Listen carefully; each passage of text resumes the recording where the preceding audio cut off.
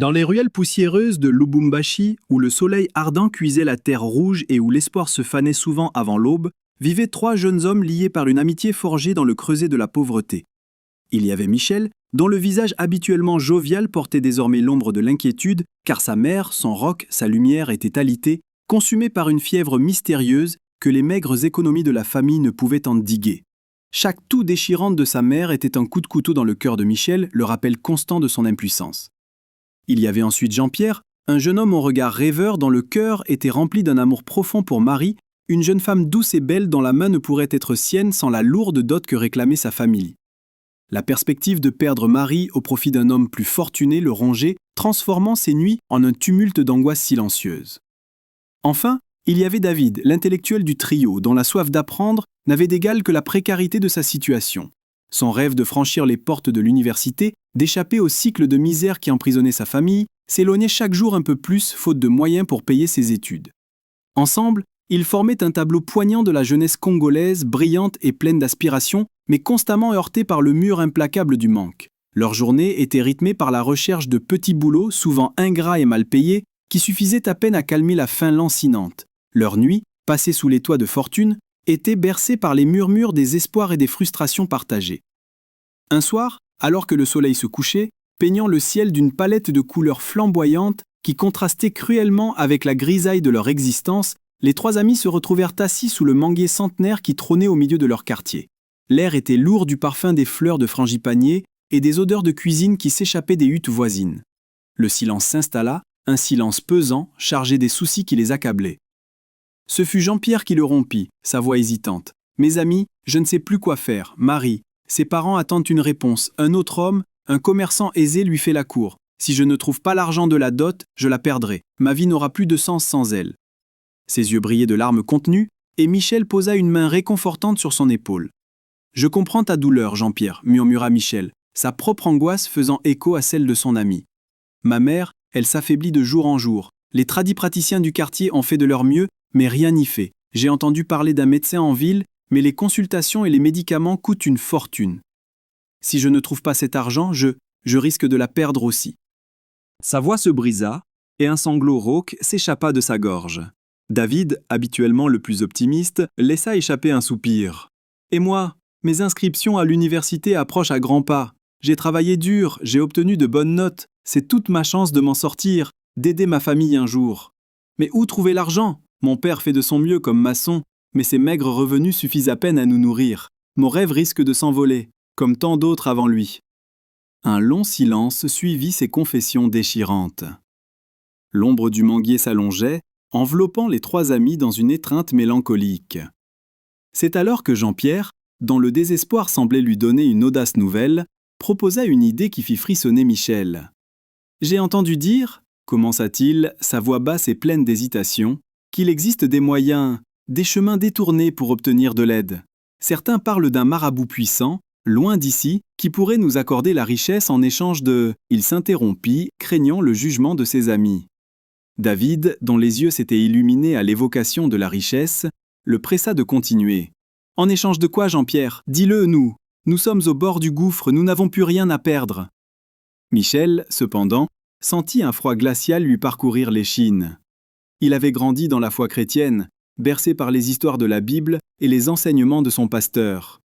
L'idée de recourir à la sorcellerie, aux forces occultes, le répugnait profondément.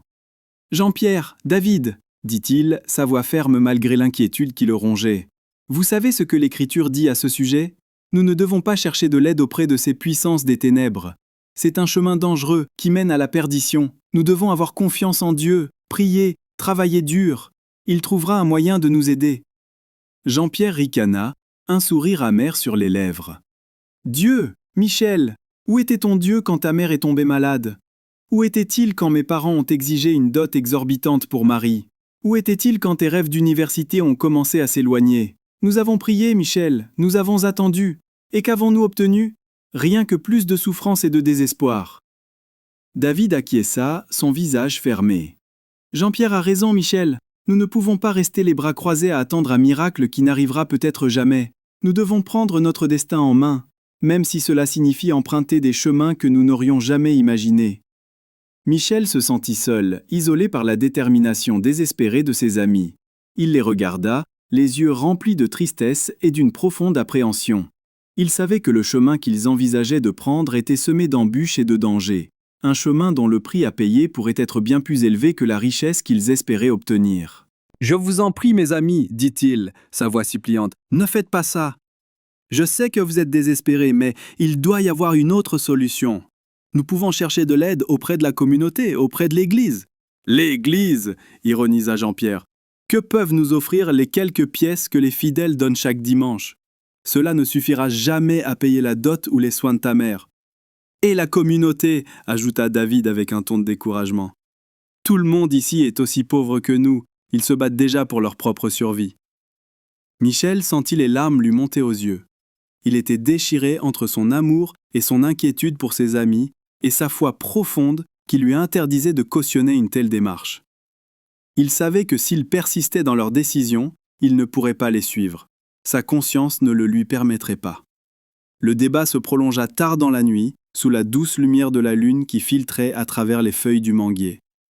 Michel plaida avec ferveur, essayant de convaincre ses amis des dangers spirituels et moraux de leur projet.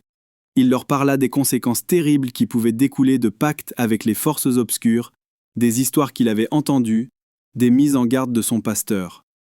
Mais la détresse et le désespoir avaient rendu Jean-Pierre et David sourds à ses arguments. Leur soif de richesse et de soulagement immédiat était plus forte que leur raison et leur prudence. Finalement, épuisés par les émotions et la fatigue, ils se séparèrent, chacun emportant avec lui le poids de ses propres décisions. Michel rentra chez lui le cœur lourd, priant silencieusement pour que ses amis reviennent à la raison. Jean-Pierre et David, quant à eux, étaient plus déterminés que jamais à suivre le chemin qu'ils s'étaient tracé, persuadés que c'était leur seule chance d'échapper à la misère qui les étouffait. La décision était prise. Ils partiraient dès le lendemain à la recherche du marabout dont on parlait à voix basse, celui qui, disait-on, pouvait exaucer tous les vœux, même les plus audacieux, en échange d'un prix dont ils ignoraient encore l'étendue. La nuit était tombée sur Lubumbashi, emportant avec elle les derniers vestiges de l'innocence de Jean-Pierre et David, les laissant seuls face à un avenir incertain et potentiellement tragique. La graine d'une terrible décision avait été semée, et ses fruits amers ne tarderaient pas à éclore. Pour Michel, la nuit serait longue, emplie de prières anxieuses pour ses amis perdus et pour sa mère malade, tandis que pour Jean-Pierre et David, elle serait hantée par l'excitation fébrile de l'espoir et l'ombre grandissante d'un pacte diabolique. Le lendemain, avant que le soleil ne dore les toits de tôle de Lubumbashi, Jean-Pierre et David se mirent en route. Le cœur battant d'un mélange d'excitation et d'appréhension, ils quittèrent leur quartier, laissant derrière eux la misère familière et l'ombre persistante des avertissements de Michel. Leur destination était en lieu reculé, au-delà des limites de la ville, un endroit dont les habitants murmuraient l'existence avec un mélange de crainte et de respect. La demeure d'un puissant féticheur, un homme réputé pour sa capacité à manipuler les forces invisibles et à accorder la richesse à ceux qui osaient solliciter ses services. Le voyage fut long et pénible, à travers des chemins de terre sinueux et poussiéreux sous un soleil de plomb qui leur brûlait la peau. La fatigue et la soif commençaient à se faire sentir, mais leur détermination restait inébranlable. L'image de leurs besoins pressants, la mère malade de Michel, la dot de Marie, les frais de scolarité de David, les poussait à aller de l'avant, ignorant les picotements d'inquiétude qui commençaient à se manifester au fond de leur esprit. Enfin, après des heures de marche, ils aperçurent au loin une clairière au milieu d'une végétation dense. Une hutte modeste, entourée d'un enclos fait de branches épineuses et ornée de fétiches étranges, se dressait au centre.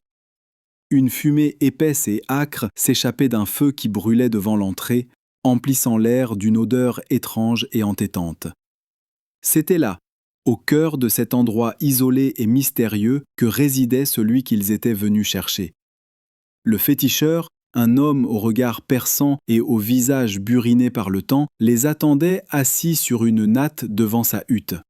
Son corps était orné de colliers d'ossements et de cauris, et ses doigts longs et fins tenaient un bâton sculpté de motifs énigmatiques. Il les observa en silence tandis qu'ils s'approchaient, leur présence semblant ne pas le surprendre le moins du monde. Jean-Pierre, prenant son courage à deux mains, s'avança et se prosterna devant lui. « Ô grand maître, dit-il d'une voix tremblante, nous sommes venus chercher votre aide, nous sommes dans le besoin et le désespoir. » David renchérit, racontant en détail leurs difficultés et leurs rêves. Ils expliquèrent la maladie de la mère de Michel, le prix exorbitant de la dot de Marie et le manque de moyens pour les études de David. Le féticheur écouta attentivement, ses yeux sombres et pénétrants fixés sur eux, sans laisser transparaître la moindre émotion. Lorsque leur récit fut terminé, il resta un moment silencieux, puis il se leva et les invita à entrer dans sa hutte. L'intérieur était sombre et empli d'une odeur suffocante d'herbes séchées et d'encens. Des amulettes et des talismans de toutes sortes suspendus au mur, projetant des ombres étranges et dansantes à la lumière tremblotante d'une lampe à huile. Le féticheur leur expliqua qu'ils pouvaient exaucer leurs vœux, leur apporter la richesse et le succès qu'ils désiraient. Cependant, il leur expliqua aussi que rien n'était gratuit dans ce monde et que pour obtenir de telles faveurs, un prix devrait être payé. Un prix qu'il ne révéla pas immédiatement, préférant d'abord sonder leur détermination et leur soif de réussite. Jean-Pierre et David, aveuglés par leur désespoir et leur espoir soudain, ne posèrent pas trop de questions. Ils étaient prêts à tout pour atteindre leurs objectifs. Le féticheur leur remit alors des gris-gris, de petits objets étranges enveloppés dans des tissus colorés et imprégnés d'une odeur particulière. Il leur expliqua comment les utiliser et leur promit que s'ils suivaient scrupuleusement ses instructions, l'argent et la prospérité ne tarderaient pas à frapper à leur porte. De retour à Lubumbashi, Jean-Pierre et David furent d'abord sceptiques. Les gris-gris semblaient si insignifiants, si dérisoires comparés à l'espoir immense qu'ils portaient en eux. Pourtant, en quelques jours à peine, des événements inattendus commencèrent à se produire. Jean-Pierre trouva un portefeuille rempli de billets en rentrant du travail, juste devant sa porte. L'argent était largement suffisant pour payer la dot de Marie, et même au-delà. La joie et le soulagement l'envahirent, effaçant les derniers doutes qui subsistaient dans son esprit. Peu de temps après, David se vit offrir une bourse d'études inespérée par un homme d'affaires influent du quartier qui avait été impressionné par son intelligence et sa détermination. Les portes de l'université, qui lui semblaient inaccessibles la semaine précédente, s'ouvraient désormais devant lui. Son cœur débordait de gratitude et d'une joie exubérante. Leur transformation fut spectaculaire. En quelques semaines, Jean-Pierre et David passèrent de la misère à une aisance relative. Ils s'habillaient avec élégance, fréquentaient les endroits branchés de la ville et affichaient une assurance nouvelle presque arrogante. La misère et les privations semblaient n'être qu'un lointain souvenir. Pendant ce temps, Michel continuait de veiller sur sa mère malade, dont l'état ne s'améliorait guère. Il travaillait sans relâche pour subvenir à leurs besoins et cherchait désespérément de l'aide auprès de la communauté et de son Église. Les maigres dons qu'il recevait étaient une goutte d'eau dans l'océan de ses dépenses médicales. La douleur de voir sa mère souffrir et son impuissance à l'aider le rongeaient jour après jour. Il croisait souvent Jean-Pierre et David dans les rues de Lubumbashi. Ses amis, autrefois si proches, semblaient désormais appartenir à un autre monde. Il le saluait avec un sourire condescendant, parfois même avec une pointe de moquerie. « Alors Michel, toujours dans la misère ?» lançait Jean-Pierre avec un air suffisant. « Tu vois, ta foi ne t'a pas beaucoup aidé. Nous avons pris notre destin en main, et regarde où nous en sommes. » David renchérissait, un sourire narquois aux lèvres. « Tu aurais dû nous écouter, mon ami. Pendant que tu priais, nous nous enrichissions. Tu vas finir par mourir dans la pauvreté avec tes belles paroles et ta Bible. » Ces paroles blessaient Michel profondément, mais il gardait son calme et leur répondait avec douceur et fermeté. « Je suis heureux pour vous, si vous avez trouvé la richesse, mes amis, mais je crains que ce ne soit qu'une illusion. L'argent obtenu par de tels moyens ne peut apporter le vrai bonheur, et quant à ma foi, elle reste mon seul réconfort dans cette épreuve. Je continuerai de prier pour vous, pour que Dieu vous ouvre les yeux sur le danger que vous courez. » Ces paroles le faisaient attiser les moqueries de Jean-Pierre et David, qui le quittaient en riant, persuadés de leur supériorité et de la justesse de leur choix. Michel restait seul, le cœur lourd et rempli d'une tristesse infinie. Il priait pour sa mère, pour ses amis égarés, et pour que la lumière de la vérité finisse par éclairer leur chemin. Il ne pouvait se résoudre à croire que le bonheur véritable pouvait s'acheter au prix d'un pacte avec les forces obscures. Il savait au fond de lui que les gris-gris de Jean-Pierre et David portaient en eux une malédiction latente, une ombre qui finirait inévitablement par les rattraper. et cette pensée, malgré sa propre souffrance, lui brisait le cœur. Le bonheur et l'aisance que Jean-Pierre et David avaient si rapidement acquis ne furent que de courte durée. Un soir, alors que les deux amis savouraient leur succès dans un bar huppé de Lubumbashi, sirotant des boissons coûteuses et se vantant de leur réalisation, un messager du féticheur les retrouva. Le message était bref et direct. Le grand maître les attendait. Un froid intense s'empara de leur cœur. Un pressentiment funeste les envahit. Ils se rendirent chez le sorcier avec une appréhension qu'ils n'avaient pas ressentie lors de leur première visite. L'atmosphère dans la hutte était plus sombre, plus pesante qu'auparavant. L'odeur d'encens était plus forte, presque suffocante. Le féticheur, assis sur sa natte, les regarda avec ses yeux perçants. Il ne prit pas de détour. « Vous avez reçu ce que vous avez demandé », dit-il d'une voix grave et profonde qui résonna dans le silence de la hutte. « Maintenant, il est temps de payer le prix. » Jean-Pierre et David se regardèrent, l'inquiétude peinte sur leur visage. Ils s'attendaient à devoir offrir une partie de leur richesse, peut-être effectuer une tâche difficile. Mais la demande du féticheur dépassa de loin leur pire crainte. Pour que votre prospérité perdure et que les esprits qui vous ont aidés soient satisfaits, continua le sorcier, sa voix glaciale, vous devez offrir un sacrifice. Chaque année, vous devrez me présenter l'âme de celui qui vous est le plus cher. Pour vous, Jean-Pierre, ce sera votre père ou votre mère. Pour toi, David, ce sera aussi l'un de tes parents. Un silence de mort s'installa dans la hutte. Jean-Pierre se sentit défaillir. L'image de ses parents, vieillissants mais aimants, lui traversa l'esprit. Comment pouvait-il envisager une telle chose? Le prix de sa richesse, de son bonheur avec Marie, était-il de sacrifier ceux qui lui avaient donné la vie? Un combat terrible commença à faire rage dans son cœur. L'amour pour Marie, son désir de ne plus jamais connaître la misère, se heurtait à son amour filial, à sa conscience. Pour David, la nouvelle frappa comme un coup de tonnerre dans un ciel serein. Ses parents étaient décédés quelques années auparavant, emportés par une épidémie. Il n'avait plus de père ni de mère à offrir en sacrifice. La panique le submergea.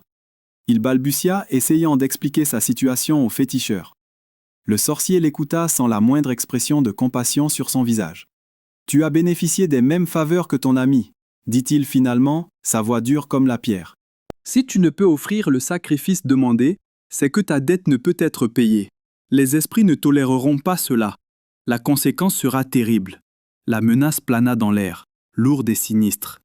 David sentit une angoisse profonde l'étreindre. Il avait cru trouver le bonheur, mais il se retrouvait pris au piège d'un marché infernal dont il n'avait pas mesuré les implications.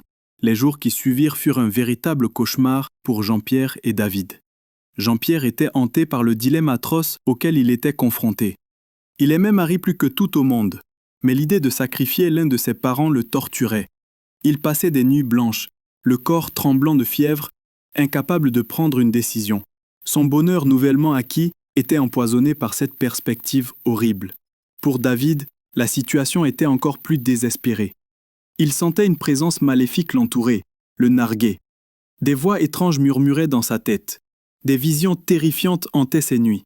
Il devint irritable, paranoïaque, incapable de se concentrer sur ses études. La richesse et le succès qui lui avaient été offerts se transformaient en un fardeau insupportable. Michel, pendant ce temps, continuait de lutter pour sa mère. Son état s'aggravait malgré ses efforts et ses prières. Il voyait bien le changement qui s'était opéré chez Jean-Pierre et David. Leur arrogance, leur superficialité le peinaient profondément. Il avait essayé de les mettre en garde, mais il n'avait pas voulu l'écouter. Il remarqua particulièrement l'état de David. Son ami autrefois si vif et intelligent semblait absent, perdu dans ses pensées. Il parlait seul, avait des réactions étranges. Un jour, Michel croisa David errant dans les rues, les yeux hagards, marmonnant des paroles incohérentes. La frayeur serra le cœur de Michel. Il comprit que quelque chose de terrible était en train d'arriver à son ami. Quelques jours plus tard, la nouvelle se répandit dans le quartier comme une traînée de poudre. David était devenu fou. On l'avait retrouvé errant dans la forêt, hurlant et se battant contre des ennemis invisibles. Sa bourse d'études lui avait été retirée, et il errait désormais comme une âme en peine, victime d'un mal mystérieux et dévastateur. La nouvelle bouleversa Michel. Il alla rendre visite à David, mais il le trouva dans un état pitoyable, incapable de le reconnaître. Ses yeux étaient vides, son esprit brisé. Michel pleura en silence devant la ruine de son ami, comprenant l'horrible prix qu'il avait payé pour sa soif de richesse. Quant à Jean-Pierre, le délai approchait. Le féticheur lui avait donné 1 an pour accomplir le sacrifice. Les semaines se transformaient en jours et les jours en heures. La tension était palpable. Marie, qui ne comprenait pas le changement qui s'était opéré chez son fiancé, commençait à s'inquiéter. Jean-Pierre était devenu distant, nerveux, souvent plongé dans ses pensées sombres. Marie ne parvenait pas à lui avouer le terrible secret qui le rongeait. Michel, malgré sa propre souffrance et son inquiétude pour sa mère, ne pouvait se résoudre à abandonner ses amis. Il continuait de prier pour eux, espérant un miracle, une intervention divine qui pourrait les sauver des conséquences de leurs actes. Il savait que le chemin qu'ils avaient choisi était pavé d'illusions et menait inévitablement à la destruction. La folie de David en était la preuve terrifiante.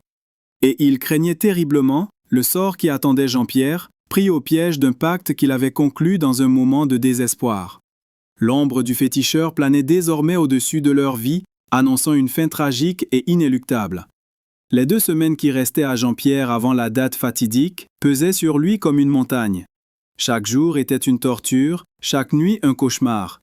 L'image de ses parents hantait ses pensées, se mêlant au visage de Marie, qu'il aimait profondément, mais qu'il ne pouvait plus regarder dans les yeux, rongé par le remords et la honte.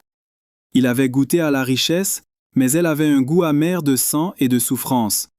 Finalement, au bord du désespoir, il prit une décision. Il ne pouvait pas, il ne voulait pas sacrifier ses parents. L'amour filial, malgré son égarement, était plus fort que tout. Il savait qu'en rompant son pacte avec le féticheur, il risquait de tout perdre, peut-être même sa vie. Mais il ne pouvait plus vivre avec le poids de ce terrible secret. Il se rendit chez Michel, le cœur battant la chamade. Il le trouva assis près du lit de sa mère, veillant sur elle avec une tendresse infinie. La vue de Michel, toujours aussi bon et fidèle malgré ses propres difficultés, remplit Jean-Pierre d'une honte encore plus vive. « Michel, » murmura Jean-Pierre, sa voix brisée par les sanglots, « je dois te parler, je dois te confesser quelque chose d'horrible. » Michel le regarda avec surprise, puis avec une profonde inquiétude en voyant l'état de son ami. Il l'invita à s'asseoir et l'écouta, le cœur serré, tandis que Jean-Pierre, les larmes ruisselant sur son visage, lui racontait toute l'histoire, leur rencontre avec le féticheur, l'obtention de l'argent, la folie de David et la terrible demande de sacrifice. Michel fut horrifié par ce qu'il entendit. Ses craintes les plus sombres s'étaient réalisées.